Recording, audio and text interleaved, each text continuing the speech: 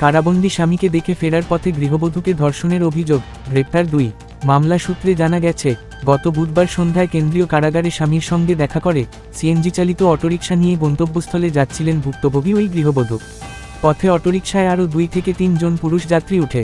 এরপর চালক যাত্রীসহ অটোরিকশা নিয়ে কেরানীগঞ্জের একটি নির্জন স্থানে নিয়ে যায়। সেখানে ওই গৃহবধূকে রাতভর পালাক্রমে ধর্ষণ করা হয়।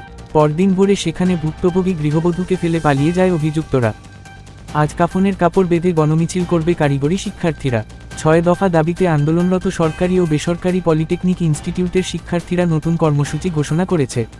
শুক্রবার 18 এপ্রিল দুপুরে কাফনের কাপড় মাথায় বেঁধে গণমিছিল করবে দেশের সব পলিটেকনিক ইনস্টিটিউটের শিক্ষার্থীরা। গতকাল বৃহস্পতিবার রাতে কারিগরি ছাত্র আন্দোলন বাংলাদেশে রসেল সম্পাদক অস্থায়ী মো. সাব্বির আহমেদ সই করা এক বিজ্ঞপ্তিতে এই তথ্য জানানো হয়। এ তথ্য নিশ্চিত করেছেন কারিগরি ছাত্র আন্দোলন বাংলাদেশের কেন্দ্রীয় প্রতিনিধি ও প্রধান কার্যনির্বাহী সদস্য জুবায়ের পাটোয়ারি। ফরিদপুরের সালথায় মোশাররফ হোসেন নামে এক কৃষককে হাতুড়ি পেটার অভিযোগ উঠেছে। মোশাররফের পরিবার জানায়, গত বেশ কিছুদিন ধরে স্থানীয় জাহিদ মাতুব্বর ও রফিক মাতুব্বর স্থানীয় বিরোধের কারণে তাকে হামলা করার জন্য বিভিন্ন সময় হুমকি দিয়ে আসছিল। এর জেরে বৃহস্পতিবার সন্ধ্যা 6টার দিকে জাহিদ মাতুব্বরের সমর্থক নারায়ণপুর গ্রামের নাহিদ, রাজু মাতুব্বরের ছেলে সোহাগ, ধলা মাতুব্বরের পুত্র সুমন, মুন্নু মাতুব্বরের ছেলে মিজান সহ 8 থেকে 10 জন লোক এসে মোশাররফকে অতর্কিতভাবে হাতুড়ি ও লোহার রড দিয়ে মারপিট করে গুরুত্ব আহত করে। গুলিতে নিহত হাসিবুলের মরদেহ ফেরত দিল বিএসএফ।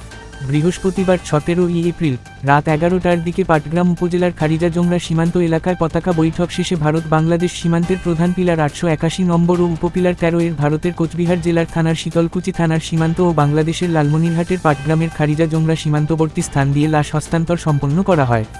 এই সময় ভারতের 157 বিএসএফ ব্যাটালিয়নের মহেশমারি ক্যাম্পের কমান্ডার রাজকুমার, শীতলকুচি থানার ওসি ও বাংলাদেশের 61 বিজিবির ব্যাটালিয়নের খারিজা-জংরা ক্যাম্পের প্রতিনিধি সুবেদার রেজাউল ইসলাম, পাটগ্রাম থানার উপপরিদর্শক এসআই তাজরুল ইসলাম এবং নিহত যুবকের বাবা জাহিদুল ইসলাম ও চাচা রশিদুল ইসলাম উপস্থিত ছিলেন। উড়ে গেল বাসের ছাদ, তবু 10 কিলোমিটার চালিয়ে গেলেন চালক। বাসের যাত্রীরা জানান, ঢাকা থেকে বরিশাল এক্সপ্রেস লিমিটেডের বাসটি দ্রুতগতিতে চালাচ্ছিলেন চালক। রাত 9:30টার দিকে ঢাকা মাওয়া এক্সপ্রেসওয়ের শ্রীনগরের কামারখোলা এলাকায় পৌঁছলে একটি কাভার্ড ভ্যানের সঙ্গে ধাক্কা লাগে বাসটির। এতে বাসটির সামনের অংশ দুমড়ে মুচড়ে যায়।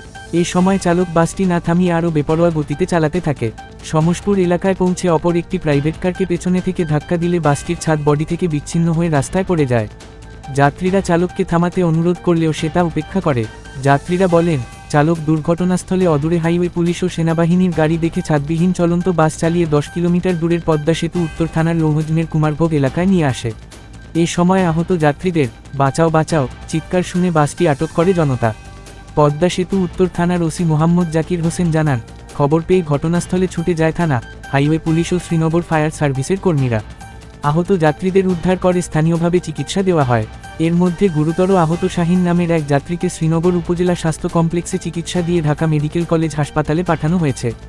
চালক ও হেলপার বাস রেখে পালিয়েছেন বলেও জানান তিনি। এক চেয়ারম্যানকে প্রকাশ্যে হত্যা, আরেক চেয়ারম্যানকে পোস্টার সাটিয়ে মৃত্যুর হুমকি। মৃত্যুর দিন গুনতে থাক, মৃত্যু খুব কাছে তোর, এবার আমি তোরে গুলি করুম ঠিক মাথায়, আইতাছি কিছুদিন পরে প্রস্তুতি নে মরার জন্য আপ্পু ব্যাপারী।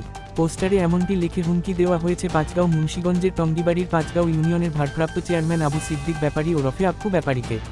এই ঘটনায় টঙ্গিবাড়ি থানায় একটি সাধারণ ডায়েরি জিডি করেছেন তিনি। পুলিশ তদন্ত শুরু করলেও বৃহস্পতিবার পর্যন্ত এতে কারা জড়িত তা শনাক্ত করতে পারেনি।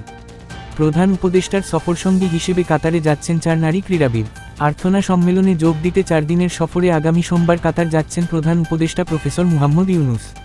প্রধান উপদেষ্টা এই সফরে সঙ্গী হতে যাচ্ছেন বাংলাদেশের 4 জাতীয় নারী ক্রীড়াবিদ। তারা হলেন ফুটবলার আফিদা খন্দকার ও শাহেদা আক্তার রিপা, ক্রিকেটার সুমাইয়া আক্তার ও শারমিন সুলতানা। এবারই প্রথম কোনো সরকার প্রধানের রাষ্ট্রীয় সফরে সঙ্গী হতে যাচ্ছেন নারী ক্রীড়াবিদদের একটি দল। বৃহস্পতিবার 17 এপ্রিল সন্ধ্যা 6টায় রাষ্ট্রীয় অতিথি ভবন যমুনায় প্রধান উপদেষ্টার সঙ্গে সাক্ষাৎ করেন তার সফরসঙ্গী হতে যাওয়া এই 4 ক্রীড়াবিদ। বাংলাদেশের এই নারী ক্রীড়াবিদদের প্রধান উপদেষ্টার সঙ্গে কাতার সফরের আমন্ত্রণ জানিয়েছে কাতার ফাউন্ডেশন। 4 মাসের সন্তানকে 40,000 টাকায় বিক্রি করে মোবাইল কিনলেন মা। সন্তানের বয়স মাত্র 4 মাস, আর সেই সন্তানকে 40,000 টাকায় বিক্রি করে পায়ের নুপুর, নাকের নথ এবং শখের মোবাইল কিনেছেন মা। মালয়েশিয়ায় অবৈধ 13 বাংলাদেশি গ্রেপ্তার। মালয়েশিয়ায় বৈধ কাগজপত্র ছাড়া বিদেশিদের নিয়োগ দেওয়ার অভিযোগে 13 বাংলাদেশি সহ 15 জনকে গ্রেপ্তার করেছে দেশটির ইমিগ্রেশন বিভাগ।